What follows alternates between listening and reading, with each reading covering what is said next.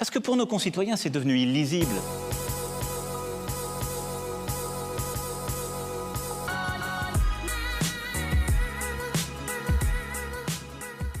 Le sentiment de beaucoup de nos concitoyens, c'est de dire « vous nous avez demandé des changements à nous, vous avez très peu changé ».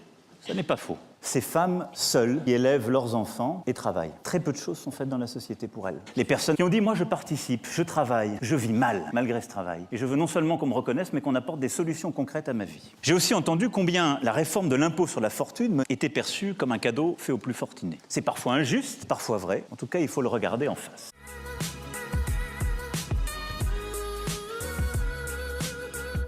Je crois tout le contraire. Je ne retiendrai pas cette option. Je ne crois pas qu'on répond à la crise démocratique par la contrainte. Non, c'est pas vrai. Enfin, néanmoins, les mêmes qui apportent le soutien disent depuis des décennies, c'est un moule à pensée unique. Alors, je le dis très clairement, c'est une réforme pour produire, pas un cadeau pour les plus fortunés. Mais bien entendu, il faut aussi que le travail paye.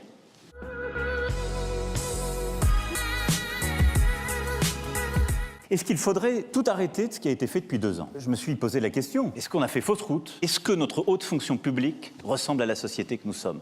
Est-ce que c'est totalement juste et est-ce que c'est totalement bénéfique? Il faut s'interroger.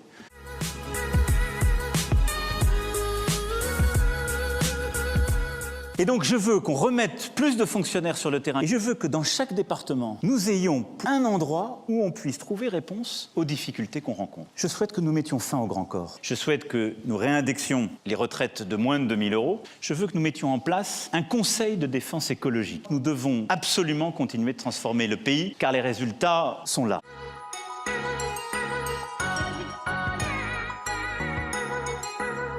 Je propose que cette réforme constitutionnelle puisse être soumise par le gouvernement au Parlement à l'été, mais sans attendre. Dès le mois de juin, nous tirerons au sort 150 citoyens. Le Premier ministre, dès le mois prochain, aura à présenter une profonde réorganisation de notre administration. Sur ce sujet, aussi vais-je confier à la Cour des comptes la mission d'évaluer précisément les sommes qui échappent à l'impôt et de proposer des mesures précises pour qu'en France, chacun respecte les mêmes règles.